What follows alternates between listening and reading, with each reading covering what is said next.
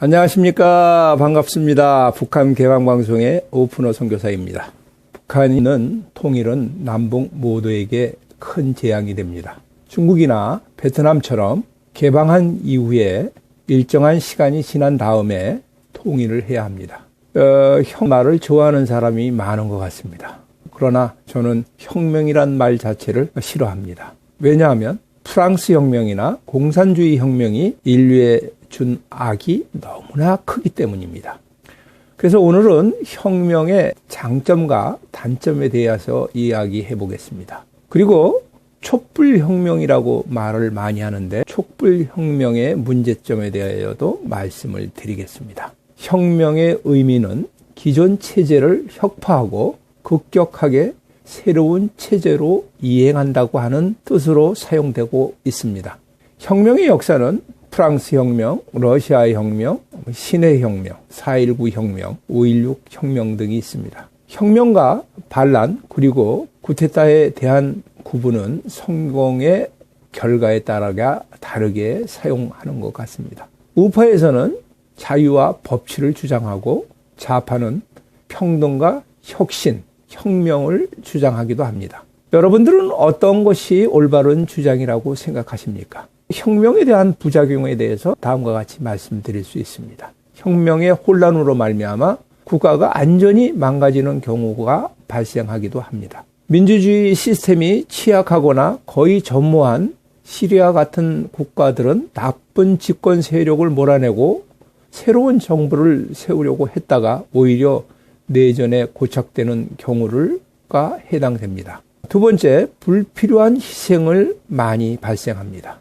혁명이 가열되다 보면 분위기에 휩쓸린 군중과 혁명의 주도 세력이 정도를 넘어서는 안 되는 행위를 하는 경우가 있습니다. 이 과정에서 인권의 유린이 당하는 사례가 많이 있었습니다. 공개재판, 인민재판은 정당한 재판이 아닙니다. 또 자신의 혁명에 조금이라도 못마땅한 태도를 보이는 경우에는 그들을 반동 세력으로 또 반동 문자로 몰고 탄압하는 경우가 많이 있습니다. 프랑스 혁명은 무분별한 학살에 불필요한 희생의 대표적인 예가 됩니다. 지금도 단두대를 만들어서 시위를 하거나 인형을 만들어서 하형식을 하는 극한 행동을 하는 사람들을 보면 지난날의 혁명의 학살의 끔찍한 모습들을 상상하면서 굉장히 안 된 일이라고 생각합니다. 공산주의는 혁명을 한다고 전쟁하고 총살하고 감옥에 가고 굶어 죽은 사람이 공산주의 혁명을 한다고 1억 명이나 희생을 했습니다. 지금도 북한의 혁명은 계속되고 있습니다. 이 혁명으로 말미암아 계속 많은 사람들이 죽어가고 있습니다.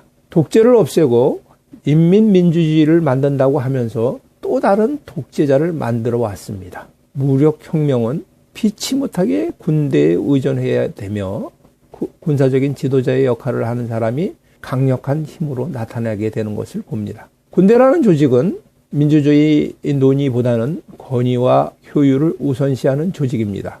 소수의 지도자가 결정하여 명령을 내리면 별다른 의견 없이 실행합니다. 김정일은 그래서 성군 정치를 좋아했습니다. 이는 군인들을 이용하여 독재를 편하게 하자는 것입니다. 혁명이 성공한 이후에 문제를 해결하기 위하여 정의보다는 효율을 추구하게 됩니다. 이때는 독재가 편리하고 이것은 간섭이 됩니다. 반대파들의 보복을 신경 써야 하는 입장이라서 계속 독재를 할 수뿐이 없습니다. 따라서 혁명을 통하여 전체 국민의 민주주의를 이룩한다는 것은 매우 어렵습니다. 더더구나 무력혁명은 좋은 결과를 기대하기가 어렵습니다. 이렇게 지금 현재 문정부는 촛불혁명이란 말을 자주 하였습니다.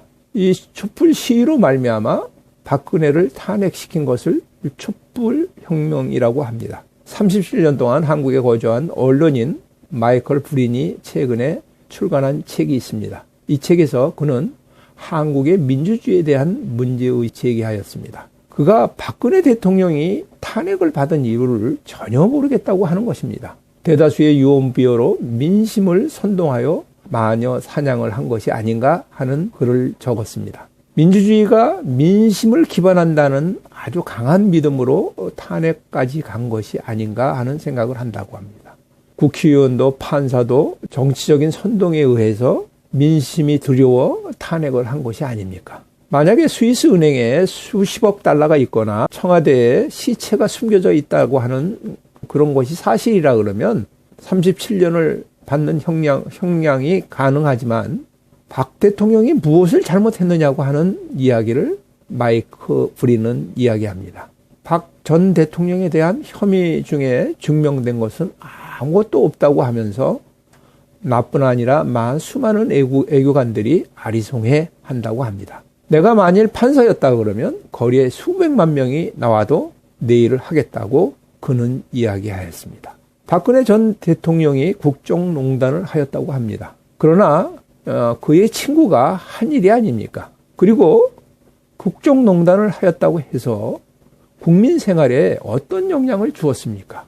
중국과 가까이 있는 러시아 연해주는 구정이 끝나는 날 1월 24일 중국으로부터 국정을 완전히 차단하였습니다. 모든 들어오는 사람은 못 들어오겠습니다. 나가는 사람은 나가겠습니다. 그 덕택에 여기는 아직까지 마스크를 쓴 사람을 볼 수가 없습니다. 전염병으로 말미암아 한국처럼 나라 전체가 경제적으로 이렇게 어려움을 겪는 것은 일찍이 볼 수가 없는 현상입니다. 아마 이게 장기간으로 계속된다 그러면 IMF보다 더 어려운 그런 시국이 오지 않을까 하는 생각도 합니다. 이렇게 나라가 경제적으로 어려운 것이 적은 이익을 위하여 국경 차단하는 것을 갖다 잘못했다 그러면 이것이 바로 국정농단이 아니겠습니까? 국민 모두에게 이렇게 철저하게 끼칠 수 있는 이것이 말로 국정농단이라고 생각합니다.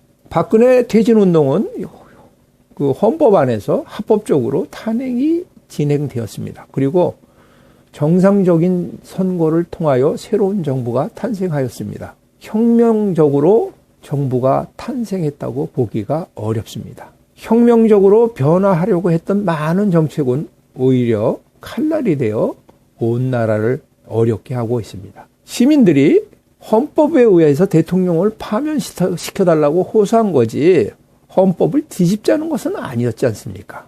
촛불혁명으로 자유민주주의에서 공산민주주의로 헌법을 바꿔놓는 것도 아닙니다.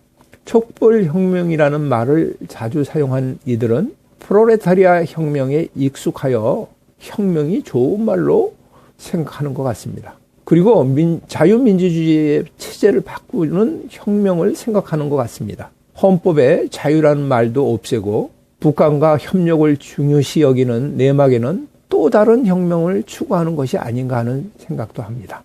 이제 자유와 법치에 의하여 평화롭게 살아가는 세상을 유지하려면 어떻게 해야 되겠습니까? 박근혜 대통령은 옥중 편지를 보냈습니다. 편지 내용 중에서 저는 이 말을 의미 깊게 보았습니다. 국민 여러분, 저는 2006년 테러를 당한 이후에 저의 삶은 이 나라에 바친 것으로 생각합니다. 비록 탄핵과 구속으로 제 정치 여정은 멈췄지만 북한의 핵 위협으로 나라의 미래를 불안전하게 만들 수 있기에 구치소에 있으면서도 걱정이 많았습니다. 박 대통령은 2006년에 테러를 당한 이후에 삶은 덤으로 사는 삶이라고 생각하고 있는 것 같습니다. 자기의 삶은 나라에 이미 모두 다 바쳤다고 생각합니다. 성경에서는 자기를 부인하고 자기 십자가를 지고 나를 따르지 못하면 나의 제자가 될 수 없다고 말씀하고 있습니다. 여기서 자기를 부인한다는 말은 자기 자신을 그리스도와 함께 죽었다라고 하는 의미입니다. 죽은 사람은 아무 반응을 할 수가 없습니다. 욕을 하여도 화를 낼 수가 없습니다. 칭찬을 하여도 기뻐하지 않습니다. 자랑하지 않습니다. 송곳에 찔려도 아파하지도 않습니다. 옷도 필요 없습니다. 집도 필요 없습니다. 죽은 사람에게는 아무것도 필요 없습니다. 박근혜 전 대통령은 이제 죽음을 두려워하지 않는 것을 간접적으로 표현한 것 같습니다. 자식도 없고 남편도 없고 형제 자매도 없는 사람입니다. 이제 감옥에서 37년 동안 살다 보면 그에게 남은 것은 죽음뿐이 없습니다. 죽음을 앞두고 있는 사람이 청와대에서 사는 거나 감옥에서 사는 것이나 다를 것이 무엇이 있겠습니까? 다만 나라를만을 걱정한다고 표현한 것 같습니다. 박 대통령은 청와대에 있을 때보다 감옥에 있을 때가 더 멋있게 보입니다. 나는 박근혜 씨를 위하여 기도할 때 어려운 그때에 하나님의 역필요의 사역을 통하여 가치 사역으로 인도함을 받을 수 있도록 기도하고 있습니다. 그가 복음을 바로 듣고 참다운 생명, 영생을 소유하기를 원합니다. 편지를 보면서 그분에게 하나님 나라가 곧 임할 것 같다라는 생각을 하였습니다. 그리고 나는 항상 죽음을 초월하면서 살고 있는가? 라는 생각을 다시 해봤습니다. 매일 십자가에서 주님과 같이 함께 죽는가 하는 그런 생각을 해봤습니다. 만일 태극기 집회로 문 대통령이 탄핵된다면 이것을 태극기 혁명이라고 하겠습니까? 태극기 혁명으로 반대편에 있는 사람에게 원수를 갚는다 그러면 당하는 사람들은 또 가만히 있겠습니까? 서로 원수 갚는 것이 반복된다 그러면 앞으로 대한민국의 대통령이 되는 사람은 어떻게 되겠습니까? 정부에 책임 있는 사람들을 위하여 기도합니다. 대문화 파업을 한다고 굴복하지 않는 사람들이 되기를 기도합니다. 법치의 범위 안에서 정당한 시위 문화가 형성되기 바랍니다. 법을 이용하여 상대방을 죽고 죽이는 것이 반복되지 않기를 기도합니다. 하나님의 아들 예수님은 보배로운 피로 우리의 모두에게 평화롭게 살 수 있는 세상을 허락하셨습니다. 예수님께서 주신 구원의 선물인 영생을 멸시하지 않기를 바랍니다. 영생을 믿을 때 주님을 받아들이면 우리는 자기를 부인하고 매일 순간 주님과 함께 죽는 하나님의 자녀가 됩니다. 우리 모두가 하나님께서 축복하신 자유와 법치를 잘 지키는 대한민국이 되기를 기도합니다. 하여 주셔서 감사드립니다.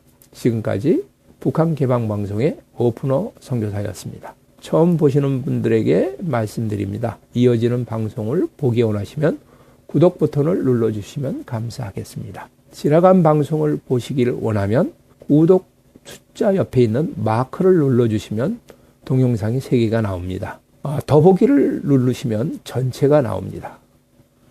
감사합니다. 안녕히 계십시오.